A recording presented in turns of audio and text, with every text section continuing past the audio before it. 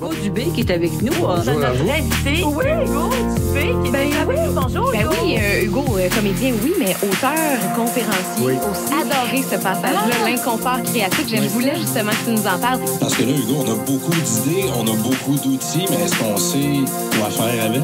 Ben oui, explique-nous ça.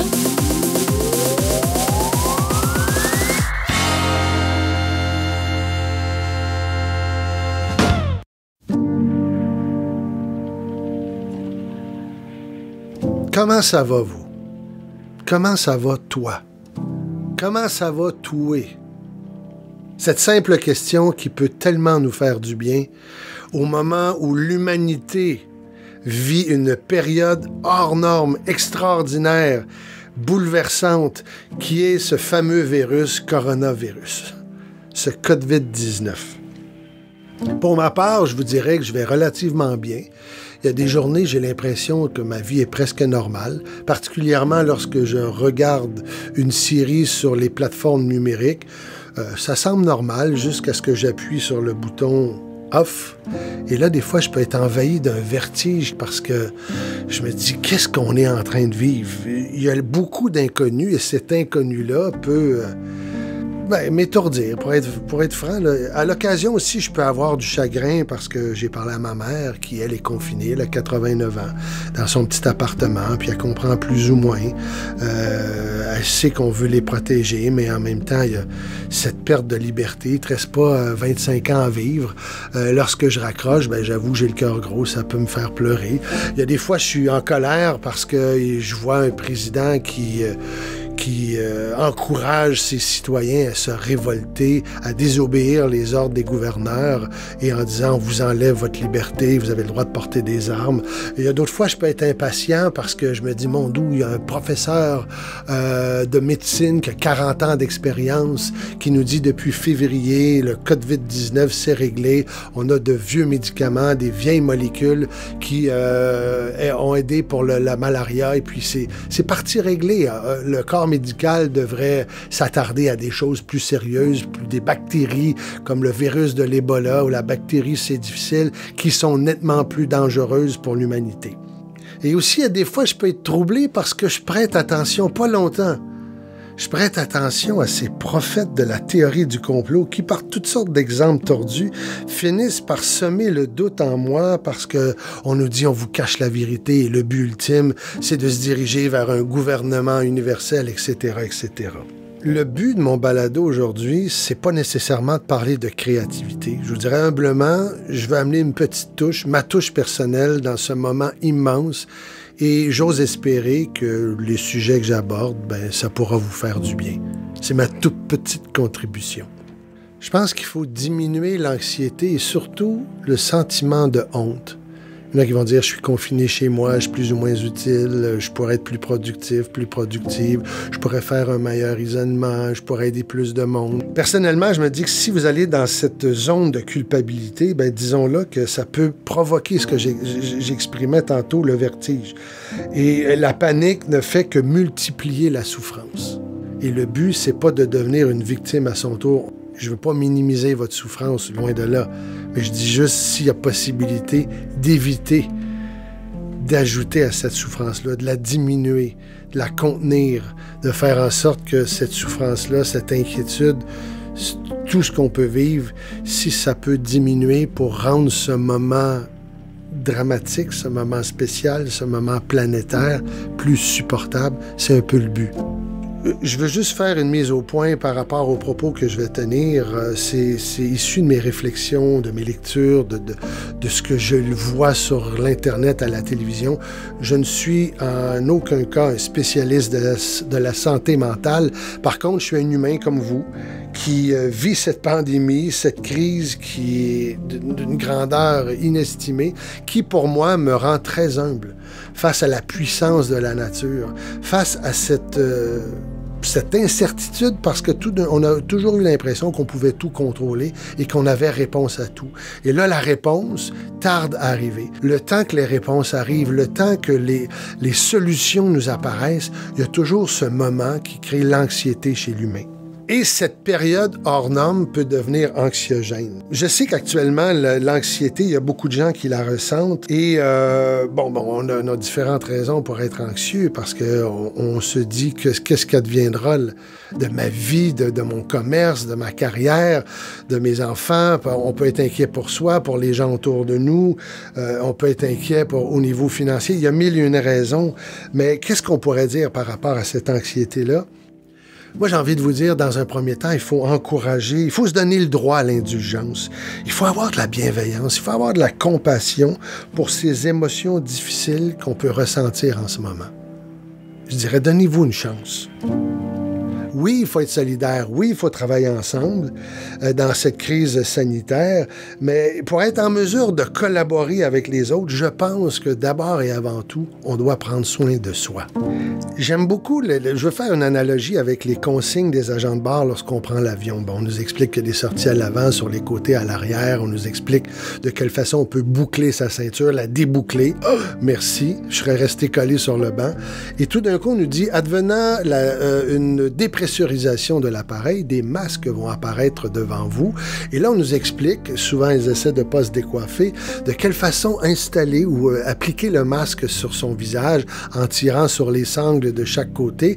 Et il y a une instruction qui est quand même vraiment importante, c'est avant d'aider qui que ce soit, d'abord, il faut mettre le masque.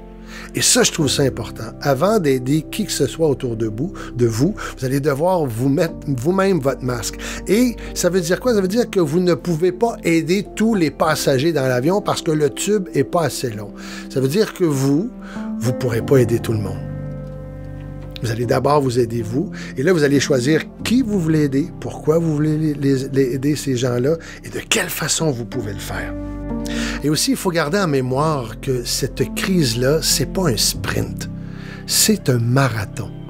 Nous allons devoir apprendre à gérer nos énergies mentales, physiques et spirituelles pour être en mesure d'arriver au fil d'arrivée en un morceau. Parce que lorsque quelqu'un qui a déjà fait un marathon ou vous avez déjà entendu quelqu'un vous parler d'un marathon, il y a le fameux mur.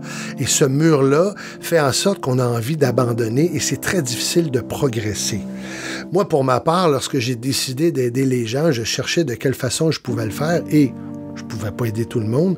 J'ai décidé de faire un don de sang. Il y avait une collecte de sang d'Emma Québec dans ma ville. Alors, je suis allé et je vous avoue, j'ai eu la trouille.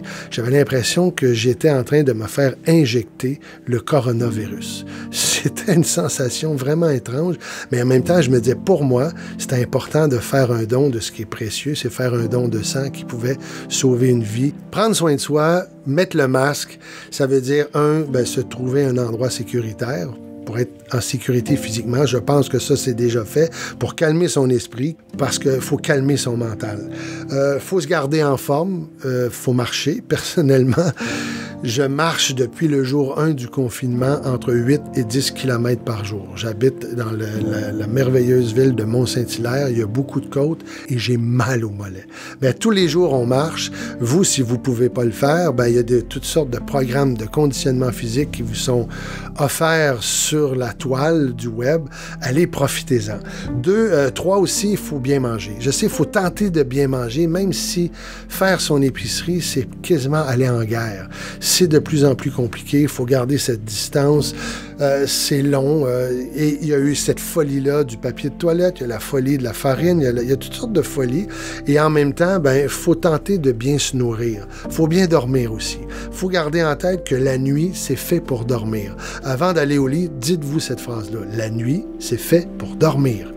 Parce que le petit hamster peut s'emballer durant la nuit et là, le lendemain, on n'est pas en mesure d'affronter la nouvelle journée qui commence.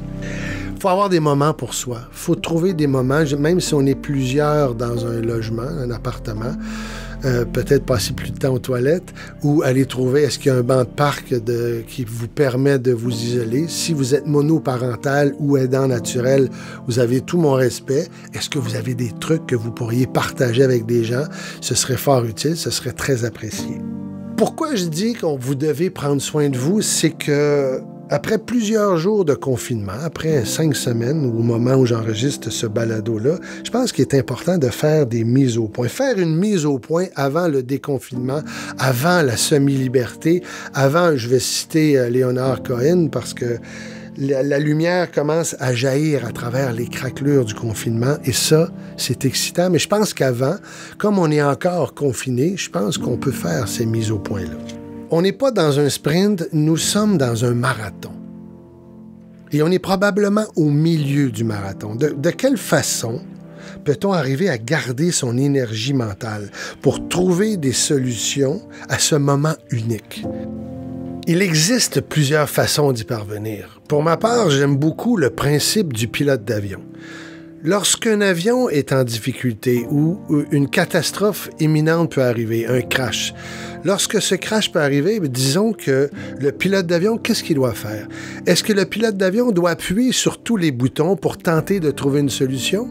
Est-ce que celui-ci doit sortir du cockpit en criant aux passagers « Est-ce que quelqu'un peut nous aider? On ne sait absolument pas quoi faire. » Non, le pilote d'avion, en plein milieu d'une crise, il doit arrêter de penser.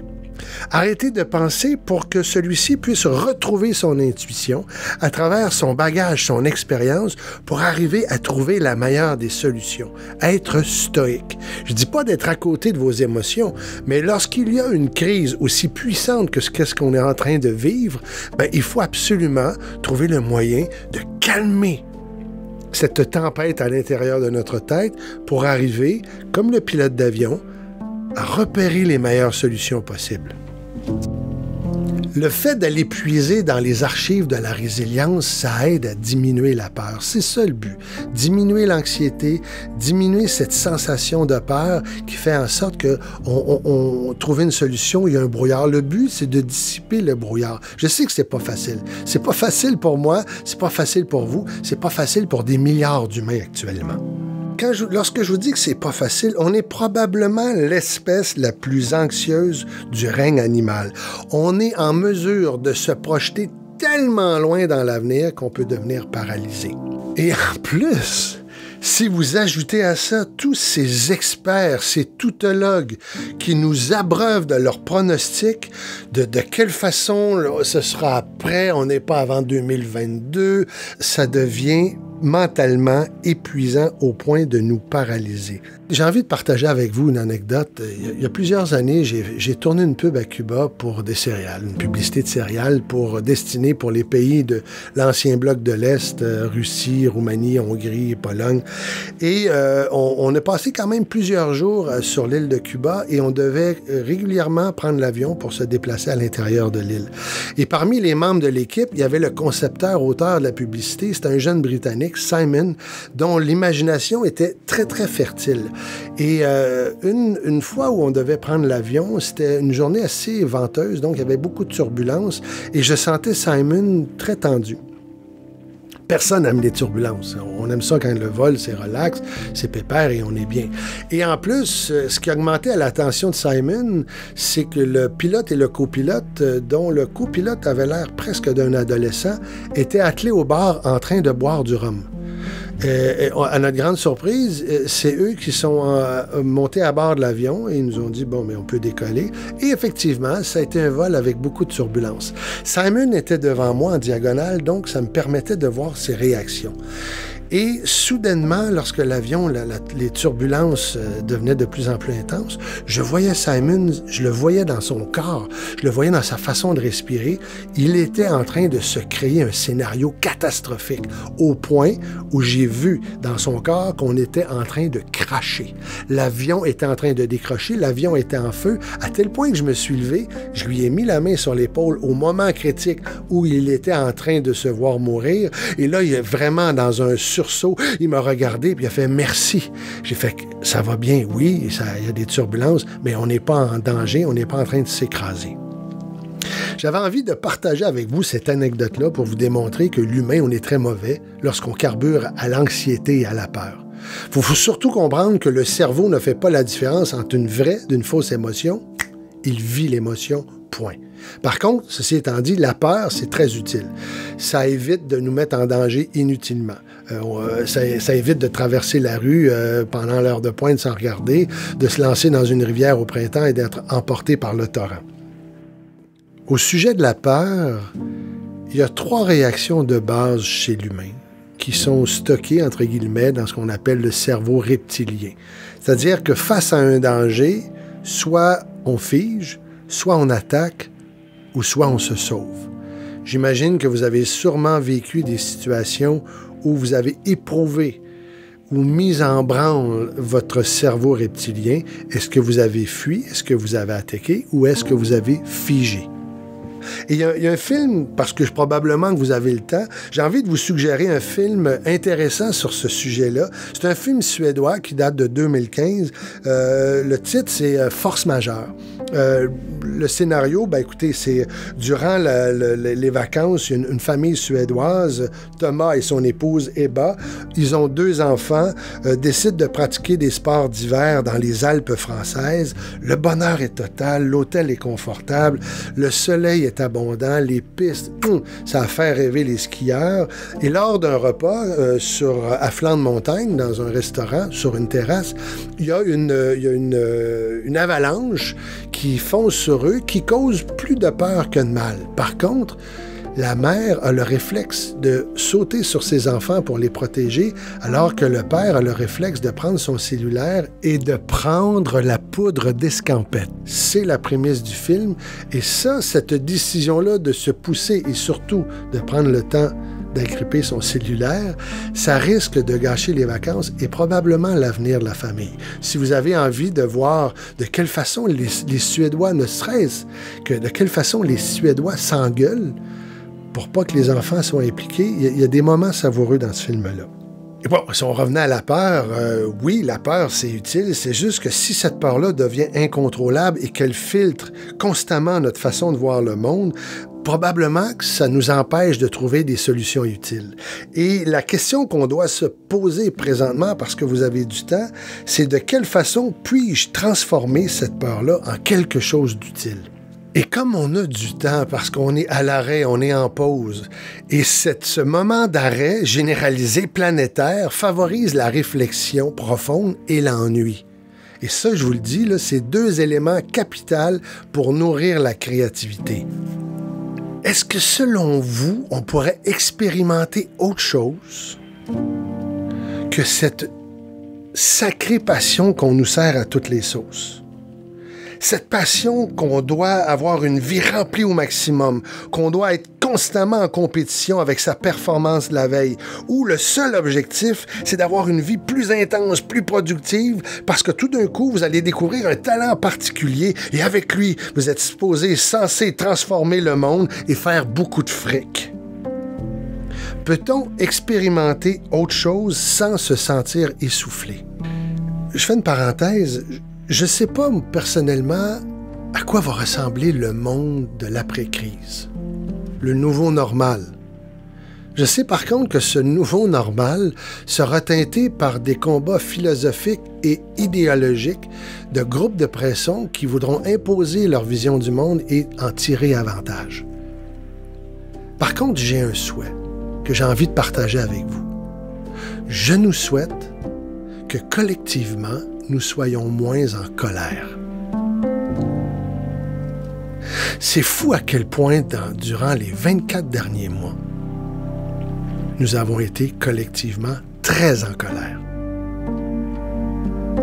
Est-ce que cette colère-là, on pourrait arriver à la diminuer si on se débranchait occasionnellement de la passion qui peut nous enflammer pour une vision du monde qui nous obsède et aller fouiller, expérimenter la curiosité. La curiosité, c'est moins intense, c'est plus doux parce que l'objectif est simple. S'approcher de quelque chose de plus près, observer d'une façon simple, détendue, un phénomène autour de nous. Et t'es pas obligé de chambouler ta vie. C'est pas obligé d'être très intense. Ça peut se faire en quelques jours, ça peut se faire durant un week-end. Par contre, lorsqu'on observe, peut-être qu'on retrouve son cœur d'enfant. Regardez les gamins et les gamines, lorsque ceux-ci observent quelque chose de nouveau, ils sont dans le moment présent. Il n'y a rien d'autre qui compte. Et nous, comme adultes, avec notre bagage, avec nos expériences, peut-être que dans ce moment de curiosité, dans ce moment présent, peut-être qu'on peut trouver une réponse à une question, peut-être qu'on peut trouver une solution à un problème, ou peut-être simplement qu'on peut trouver une nouvelle façon d'écrire la plus belle des histoires, la vôtre. Vous aimez mon balado? Écoutez, je vous invite à vous abonner. De cette façon, vous serez les premiers à être informés lorsque j'en publierai un nouveau. Je vous invite également à le partager. Vous pouvez aussi visiter mon site web, hugodube.com. Sur mon site, il y a des liens vers ma page Facebook Pro pour s'inscrire à mon infolette, ma chaîne YouTube. Et aussi, si vous cherchez un conférencier, sur mon site, il y a l'information nécessaire pour prendre connaissance du sujet et de l'angle de ma conférence et évidemment les coordonnées pour nous joindre. Merci. Restons en contact puisque le but de mes podcasts, c'est de vous rendre service.